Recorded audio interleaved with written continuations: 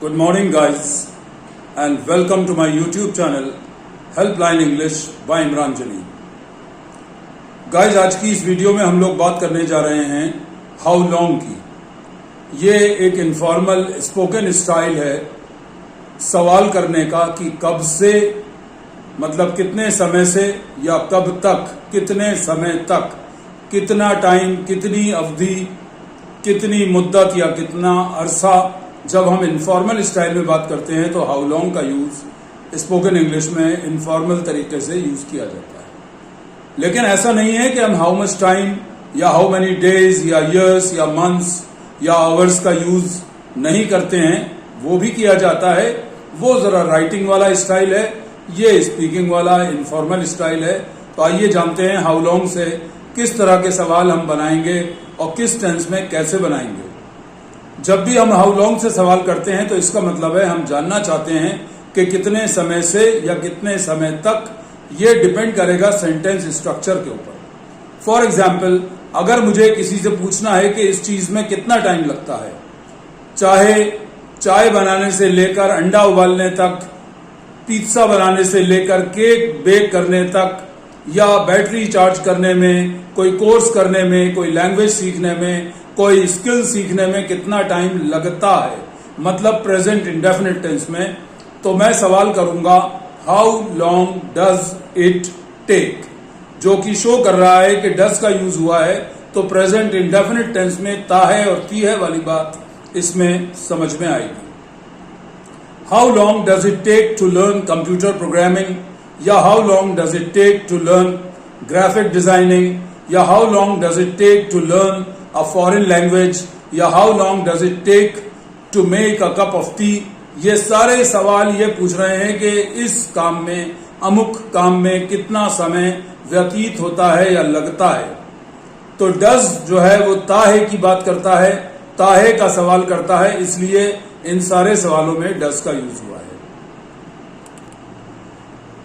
अगला सवाल past tense में है, how long did you stay in Delhi. तुम दिल्ली में कितना रुके, रहे या ठहरे, मतलब कितने समय तक। तो रहे ये पास्ट की बात है, ठहरे पास्ट की बात है, रुके ये पास्ट की बात है, इसलिए यहां डज से सवाल नहीं होगा, डिड से सवाल होगा।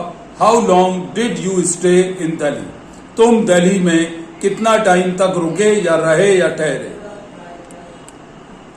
पास्ट में यह भी सवाल हो सकता है, how long did you work in that company, तुमने उस कंपनी में कितने टाइम तक काम किया। अब वो महीने, साल, हफ्ते जो भी है वो जवाब देने वाला देगा, लेकिन हमें जब पूछना होगा तो हम हाउ लॉन्ग से पूछेंगे तो ईयर्स या मंथ्स या वीक्स कहने से बच जाएंगे और सीधे सीधे पूछ सकते हैं how long did you work in that company.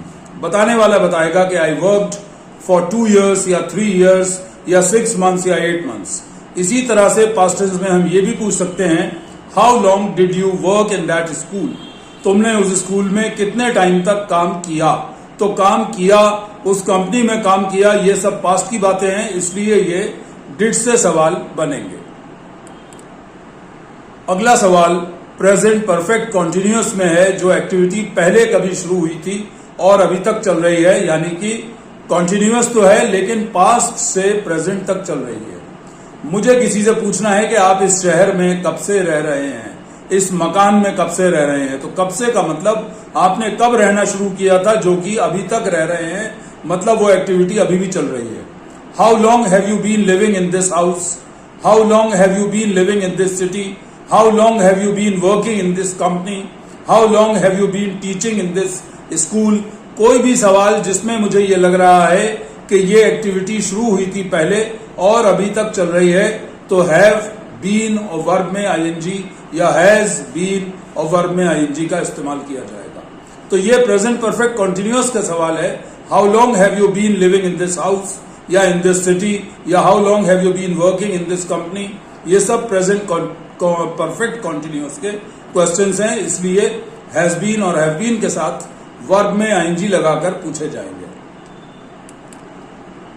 मैं ये भी पूछ सकता हूं किसी से जो घर में बैठा हुआ मेरा इंतजार कर रहा है, how long have you been waiting for me, आप कब से मेरा वेट कर रहे हैं, मतलब मुझे लग रहा है कि आप काफी देर से यहाँ बैठे हुए हैं और मेरा इंतजार कर रहे हैं, मेरी प्रतीक्षा कर रहे हैं। तो मैं जानना चाहता हूं कि कितना समय हो गया, कितनी अवधि हो गई, कितना अरसा या मुद्दत हो गई आपको यहाँ बैठे हुए और मेरा इंतजार करते हुए।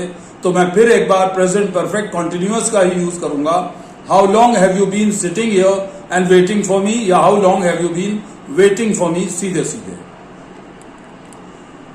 इसी हाउ लॉन्ग का क्वेश्चन अगर हम सिंपल फ्यूचर में करेंगे तो how long will you stay here, आप यहां कितना रुकेंगे।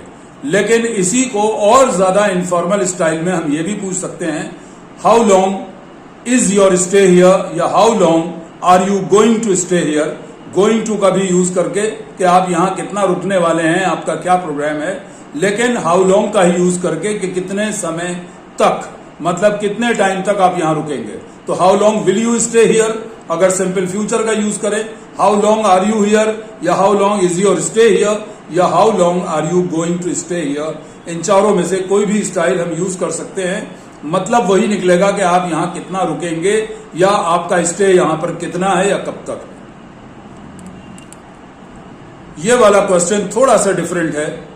How long are you guys going to keep arguing, आप लोग कितने समय तक बहस करने जा रहे हैं। मैं झल्ला गया हूं, तंग आ गया हूं कि बहुत देर से बहस चल रही है। तो how long are you guys going to keep arguing, आप लोग कब तक बहस करते रहेंगे, क्या प्लान है आपका। How long are you guys going to keep arguing, कब तक बहस करने जा रहे हैं या करते रहेंगे। तो ये मैंने गोइंग टू से बनाया, और कीप आर्ग्यूइंग मतलब बहस करते रहने के लिए। तो मैं सीधा सीधा भी बना सकता हूं, how long are you guys, how long will you guys keep arguing, या how long are you guys going to keep arguing. दोनों तरह से पूछा जा सकता है, विल से भी और गोइंग टू से भी। थोड़ा सा सेंटेंस स्ट्रक्चर में चेंज हो जाएगा। How long will you guys keep arguing, how long are you guys going to keep arguing.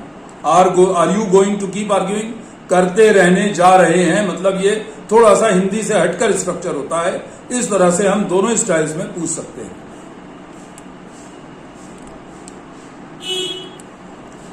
इसके बाद ये आखिरी सवाल आज का हाउ लॉन्ग से, how long will you take, किसी भी सिचुएशन और किसी भी एक्टिविटी के लिए कि भाई तुम कितना टाइम लगाओगे या तुम्हें कितना टाइम लगेगा। How long will you take, कोई कहीं जा रहा है, मैंने कहा भाई मेरी बाइक लेकर जा रहे हो, कितना टाइम लग जाएगा तुम्हें, या तुम कितना टाइम लगाओगे वापस आने में। How long will you take to come back, वापस आने में कितना टाइम लगाओगे। तो मैं जानना चाह रहा हूं, तो फिर एक बार हाउ लॉन्ग से, विल यू टेक तुम्हें लगेगा या तुम लगाओगे, दोनों तरह से पूछ सकते हैं। तो मैं समझता हूं कि आपको हाउ लॉन्ग का ये कॉन्सेप्ट अच्छी तरह समझ में आ गया होगा, और ये भी समझ में आ गया होगा कि किस तरह से हम इन्हें अलग अलग टेंसेस में यूज करेंगे। इन्हें याद रखिए, अच्छी इंग्लिश बोलिए, इंप्रेसिव इंग्लिश बोलिए, और मेरी इस वीडियो को लाइक और शेयर भी जरूर करिए, और मेरे चैनल को सब्सक्राइब भी जरूर करें। Thank you very much for watching and see you in my next video. Thank you very much once again.